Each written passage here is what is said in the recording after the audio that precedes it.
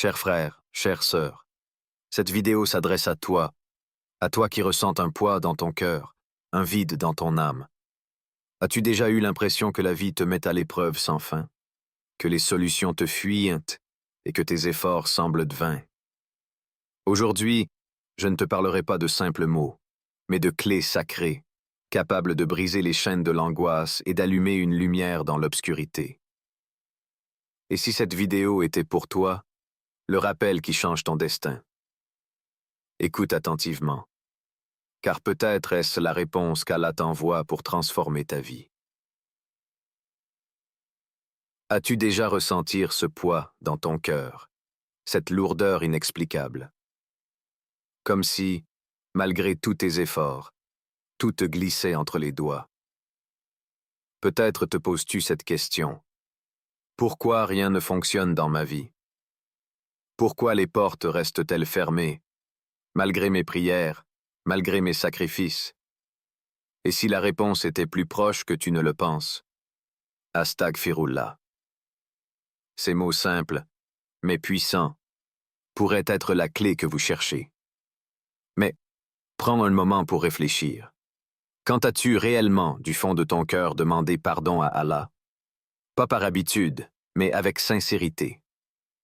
Quand as-tu pleuré devant lui, avoué tes faiblesses et déposé ton fardeau à ses pieds? Dans le Coran, Allah nous offre une promesse extraordinaire.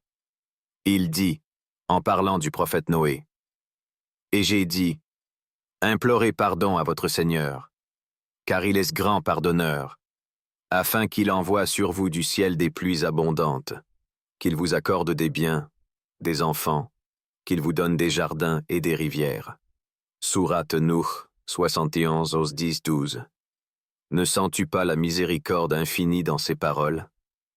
Imaginez, chaque fois que tu dis « Astaghfirullah », c'est comme si tu ouvres une porte entre toi et les bénédictions d'Allah.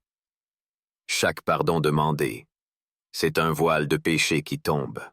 C'est une lumière qui illumine le chemin de ton âme.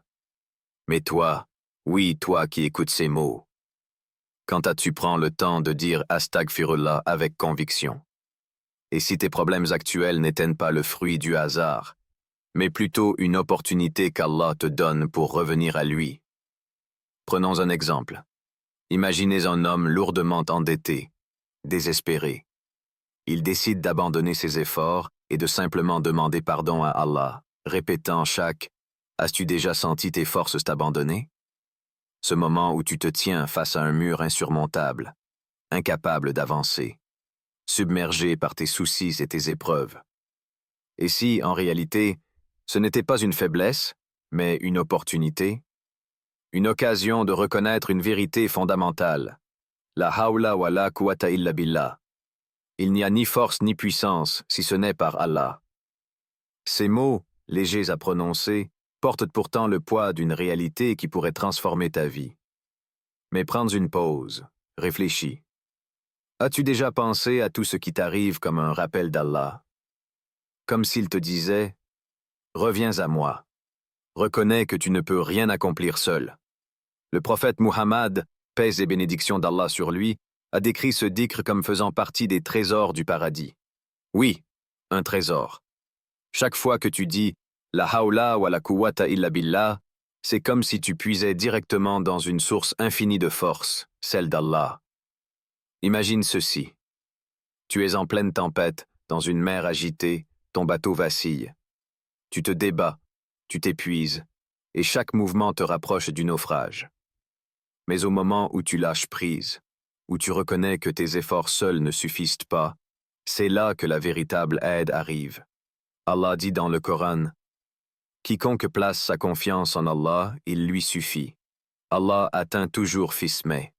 Allah a assigné à chaque chose son juste destin. » Sourate At-Talaq, 65-3. Alors, demande-toi, combien de fois as-tu répété ces mots, sans en comprendre la profondeur? Combien de fois t'es-tu appuyé uniquement sur toi-même, oubliant qu'Allah est celui qui contrôle tout? Une histoire poignante nous vient à l'esprit, celle d'un jeune homme submergé par ses responsabilités. Ça dépend de la famille de lui, ses finances s'effondrent, et son cœur est lourd de tristesse. Chaque jour, il lutte seul, oubliant qu'il a un Seigneur qui possède les solutions. Une nuit, dans sa détresse, il tombe en prière, répétant « La hawla wa la quwwata illa billah » encore et encore, jusqu'à ce que les larmes coulent librement. Il ne demande rien, il accepte simplement sa faiblesse et remet tout à Allah. Quelques jours plus tard, des solutions inattendues commencent à apparaître, et son cœur trouve enfin la paix. Et toi? Es-tu ce jeune homme? Te bats-tu seul dans une tempête, oubliant qu'Allah est là, tout près, prêt à te soutenir? Alors arrête-toi. Respirez. Répète doucement « La hawla wa la quwwata illa billah » et ressens comment ton cœur s'allège.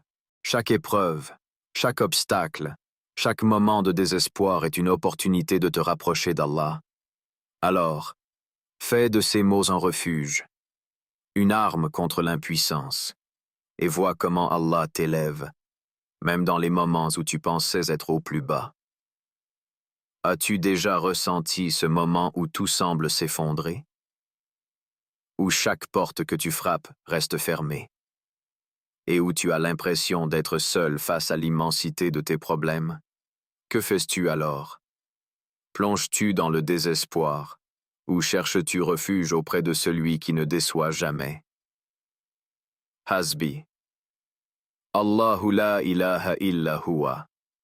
Alayhi tawakkaltu wa huwa rabbul arshil azim. Ces mots ne sont pas de simples paroles.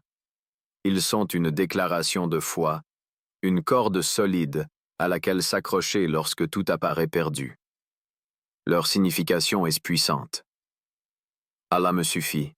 Il n'y a de divinité que lui. Je place ma confiance en lui, et il est le Seigneur du trône immense. Le prophète Ibrahim, paix sur lui, a vécu un moment similaire.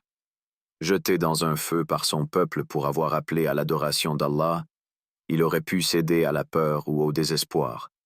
Mais au lieu de cela, il a prononcé ces mots. Hasbi Allahu la ilaha illa huwa. Et qu'a fait Allah? Il a ordonné au feu de devenir une fraîcheur et une sécurité pour lui. Ibrahim a placé sa confiance totale en Allah, et Allah a répondu de la manière la plus miraculeuse.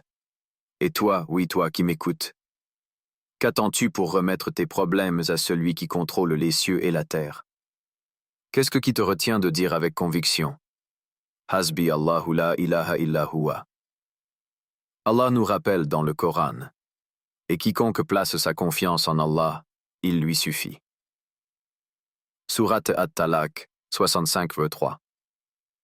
Peut-être traverses-tu une période où tout semble sombre.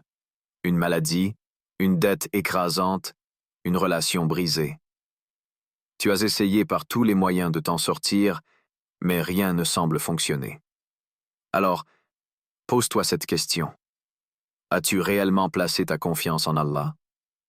As-tu réellement lâché prise, en laissant ton cœur s'apaiser dans cette certitude que ton Seigneur ne t'abandonnera jamais? Une histoire récente illustre cela. Un homme accablé par une dette colossale était sur le point de tout perdre. Sa maison, sa dignité, sa paix intérieure. Un ami lui a conseillé de réciter Hasbi Allahu la ilaha illa huwa chaque jour, avec foi et constance. Il l'a fait, souvent les larmes aux yeux, en répétant ces mots comme une prière silencieuse. Peu de temps après, des opportunités inattendues sont venues à lui, et il a non seulement remboursé ses dettes, mais a retrouvé une sérénité qu'il n'avait pas connue depuis des années. Et toi, quelle est ton épreuve? Quelle est cette montagne que tu crois insurmontable? Sache que ces mots sont une arme puissante, un bouclier contre le désespoir. Répète-les encore et encore, non pas par habitude, mais avec la conviction qu'Allah est avec toi, qu'il voit ta douleur, et qu'il répond à celui qui l'invoque avec sincérité. Hasbi Allahu la ilaha illa huwa. Fais de ces paroles ton refuge. Fais-en ton réconfort. Et regarde comment, par la permission d'Allah, ton cœur retrouve la paix et ta vie prend une nouvelle direction. As-tu déjà pris un moment pour réfléchir à tout ce que tu as, à tout ce qu'Allah t'a accordé? Et si je te disais que malgré cela, tu passes peut-être à côté de l'un des dhikrs les plus puissants, capable d'alléger tes péchés et de remplir ton cœur de lumière? Ce dhikr, c'est Subhanallahi wa bihamdihi, Subhanallahil azim. Ces mots simples, légers sur la langue, contiennent une force spirituelle immense. Le prophète Mohammed, paix et bénédiction d'Allah sur lui, dit: Il y a deux paroles aimées d'Allah, légères sur la langue, mais lourdes sur la balance. Subhanallahi wa bihamdihi, Subhanallahil azim. Ces paroles ne sont pas de simples mots, ce sont des trésors divins. Elles glorifient Allah tout en exprimant ta gratitude envers lui. Mais réfléchis un instant. Combien de fois t'es-tu arrêté pour dire Subhanallahi wa bihamdihi avec sincérité? Combien de fois as-tu oublié de remercier celui qui t'a tout donné, de ta respiration à chaque battement de ton cœur? Dans un autre hadith, le prophète, paix et bénédiction d'Allah sur lui, dit: Celui qui dit Subhanallahi wa bihamdihi 5 fois par jour verra ses péchés pardonnés, même s'ils sont aussi nombreux que l'écume de la mer. Imaginez cette scène.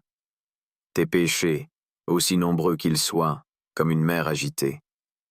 Et chaque Subhanallahi wa bihamdihi que tu prononces est une vague qui nettoie cette mer, jusqu'à ce qu'elle devienne calme, limpide, purifiée. Qui d'autre que ton Seigneur pourrait t'offrir une telle miséricorde? Maintenant, pose-toi cette question. Qu'attends-tu pour faire de ces paroles une habitude quotidienne? Te sens-tu parfois étouffé par le poids de tes erreurs passées? Ressens-tu ce vide, cette distance entre toi et Allah? Alors, sache que ce dhikr est une porte vers son pardon et sa proximité. Regarde cette histoire poignante. Un homme autrefois éloigné de la prière, de la foi, s'est retrouvé au bord de l'effondrement. Sa vie était pleine d'erreurs, et il pensait que jamais Allah ne pourrait lui pardonner. Un jour, il entend ce hadith sur Subhanallahi wa bihamdihi. Touché, il décide de commencer doucement, récitant ces mots 100 fois par jour, chaque matin et chaque soir. Peu à peu, il ressent une transformation. Son cœur s'apaisait, ses larmes coulaient, et il sentit un lien avec Allah qu'il croyait perdu pour toujours. Et toi, qu'attends-tu pour te débarrasser de ce fardeau? Ce fardeau de culpabilité, de péché, de regret. Imaginez ces paroles comme une lumière qui vous allume dans une pièce sombre. Plus tu les prononces, plus cette lumière grandit, éclaire ton chemin et remplit ton cœur de sérénité. Alors, commencez aujourd'hui. Fixe-toi un objectif, 100 fois par jour. En marchant, en travaillant, en te reposant, fais résonner ces mots dans ton cœur. Chaque Subhanallahi wa bihamdihi est une goutte d'eau qui nettoie ton âme, un rayon de lumière qui illumine ta vie. Fais de ces paroles ton compagnon quotidien, et regarde comment ton cœur s'allège, comment tes épreuves s'apaisent, et comment tu te rapproches d'Allah, le Très-Haut. As-tu déjà ressenti que toutes les portes autour de toi étaient fermées? Que peu importer les efforts que tu fais, rien ne semble fonctionner? Peut-être traverses-tu une épreuve qui te donne l'impression d'être coincé, comme si le monde entier te tournait le dos. Si c'est le cas, écoutez attentivement. Il existe une clé capable d'ouvrir même les portes que vous croyez condamnées. Cette clé, ce sont les paroles « Ya Fatah, Ya Razak » « Ô celui qui ouvre toutes les portes, ô le pourvoyeur ». Ya Fatah signifie celui qui ouvre. Allah ouvre les cœurs fermés, éclaire les chemins obscurs, et dénoue les situations qui nous semblent impossibles. Et Ya Razak rappelle qu'il est celui qui pourvoit à tous les besoins, qu'ils soient matériels ou spirituels. Ces deux noms divins, prononcés ensemble, sont une supplication puissante pour appeler à l'aide d'Allah. Pensez à la promesse d'Allah dans le Coran, et quiconque craint Allah, il lui donnera une issue favorable et lui accordera sa subsistance par des moyens sur lesquels il ne compte pas. Surat At-Talaq 65, 2-3. Ne sens-tu pas une lueur d'espoir dans ces paroles? Imagine-toi dans une pièce sombre sans issue visible. Tu appelles Allah, Ya Fatah, Ya Razak, et soudain, une porte s'ouvre, laissant entrer la lumière. C'est la puissance de ce dhikr. Il t'invite à remettre tes blocages, tes angoisses, entre les mains de celui qui ne connaît pas de limites. Revenons à une histoire touchante. Un homme traversait une période difficile. Ses affaires s'effondraient, il croulait sous les dettes, et son moral était à son plus bas. Une nuit, accablé par le désespoir, il entendit un imam conseiller de réciter « Ya Fatah, Ya Razak » après chaque prière, en y croyant fermement. Cet homme se mit à le faire avec ferveur, ajoutant des larmes à ses invocations. Quelques semaines plus tard, une opportunité inattendue se présente. Un ancien partenaire d'affaires, qu'il n'avait pas contacté depuis des années, lui propose un contrat qui remet sa vie sur les rails. Et toi, ne crois-tu pas qu'Allah puisse faire de même pour toi? Ne crois-tu pas que ta situation actuelle, aussi désespérée soit-elle, peut se transformer par sa permission? Pose-toi cette question. As-tu vraiment placé ta confiance en Allah, celui qui ouvre les portes? Ou es-tu encore prisonnier de tes propres efforts, oubliant qu'il détient les clés de tout ce qui existe? Lorsque vous prononcez « Ya Fatah, Ya Razak », imaginez les portes qui s'ouvrent devant vous. Ressens dans ton cœur que tes besoins, tes désirs, tes prières montent jusqu'à celui qui entend tout. Mais rappelle-toi, ces paroles ne sont pas magiques. Elles demandent de la sincérité, une foi réelle et une patience ancrée dans la certitude qu'Allah répond toujours, mais au moment qui est le meilleur pour toi. Alors, commencez dès aujourd'hui. Après chaque prière, répète ces mots avec un cœur humble et confiant. Ya Fatah, Ya Razak. Médite sur leur signification. Souviens-toi que ta subsistance ne dépend pas de tes efforts seuls, mais de la générosité infinie d'Allah. Chaque fois que tu fais face à un blocage, dis-toi que ce n'est pas une fin. C'est un appel d'Allah à revenir vers lui, à lui demander d'ouvrir les portes pour toi. Et lorsque ces portes s'ouvriront, lorsque des opportunités inattendues apparaîtront, n'oublie jamais de le remercier et de continuer à l'invoquer. Ya Fatah, Ya Razak. Ces mots ne sont pas seulement une supplication. Ils sont une lumière pour guider ton chemin, une force pour apaiser ton cœur et une clé pour transformer ta vie par la permission d'Allah. Chers frères et sœurs, vous venez d'entendre des paroles qui ne sont pas de simples mots, mais des trésors spirituels, des clés divines pour ouvrir les portes de votre cœur, illuminer vos vies et apaiser vos âmes. C'est dhikr, astaghfirullah. La hawla wa la quwwata illa billah. Hasbi Allahu la ilaha illa huwa. Subhanallahi wa subhanallahi wa bihamdihi. Eta ya Fattah, Ya Razzaq. Non mais rappelez-vous, leur puissance réside dans votre sincérité, votre constance et votre méditation sur leur signification. Prenez un moment, chaque jour, pour vous asseoir, invoquer Allah avec ces paroles et ressentez leur impact sur votre cœur. Que ces dhikrs deviennent vos compagnons dans vos moments de joie et vos refuges. Ne remettez pas à demain ce que vous pouvez commencer aujourd'hui. Si votre cœur est lourd, si vos épreuves semblent insurmontables, faites un pas vers Allah. Parce qu'à chaque pas que vous faites vers lui, il en fait 10 vers vous. Placez votre confiance en lui, car il est le moi. Et enfin, si ces paroles ont touché votre cœur, ne les gardez pas pour vous. Partagez-les avec vos proches, vos amis et ceux qui en ont besoin. Peut-être que ce rappel sera pour eux aussi une source de qu'Allah vous bénisse, qu'il vous accorde sa miséricorde et qu'il ouvre pour vous les portes de wassalamu. Alaykum wa rahmatullahi wa barakatuh.